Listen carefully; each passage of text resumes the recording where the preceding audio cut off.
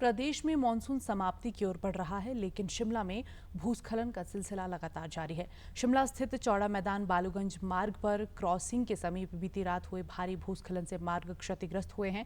चौड़ा मैदान मार्ग के साथ रेन शेल्टर धंसने से भारी मलबा सड़क में आ गया, जिसके चलते सड़क पर बड़ी बड़ी दरारें आ गई हैं, जिसके चलते बालूगंज से शिमला मार्ग यातायात के लिए अवरुद्ध है। हालांकि आने जाने के लिए वैकल्पिक मार्गों का उपयोग किया जा रहा है।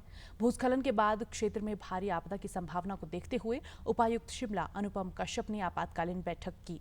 उपायुक्त ने कहा कि सड़कों को बहाल करने का कार्य युद्ध स्तर पर जारी है। उपायुक्त ने कहा कि प्रदेश जियोलॉजिस्ट विशेषज्ञों का मानना है कि इस स्थान पर भौगोलिक दृष्टि से काफी नुकसान हुआ है और अभी भी और भूस्खलन होने की संभावना है।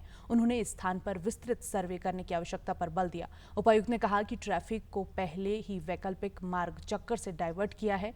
उन्होंने लोगों से भूस्खलन की आशंका के चलते लोगों से एहतियात बरतने का आग्रह किया है और उस तरीके से इसको थोड़ा स्ट्रीमलाइन करने की कोशिश की जाएगी। पर यहाँ आप सब लोगों के माध्यम से मेरी ये सबसे अपील है कि जब इस तरह की चीजें होती हैं तो हम सब लोगों को थोड़ा सा ये समझना चाहिए कि ये अचानक रातों रात तो ये सब चीजें ठीक नहीं होती हैं और इसमें टाइम लगता है।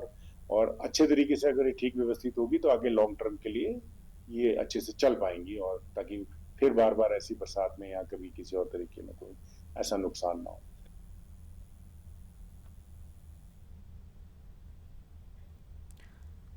उपायुक्त ने समेज हादसे में जारी सर्च ऑपरेशन की जानकारी देते हुए कहा कि लापता 33 लोगों में से 20 लोगों की तलाश कर ली गई है, जिसमें से 16 समेज और 4 कुल्लू जिला के बागी पुल के हैं। उन्होंने कहा कि इस दौरान प्रशासन द्वारा प्रभावितों को हर संभव मदद करने का प्रयास भी किया जा रहा है।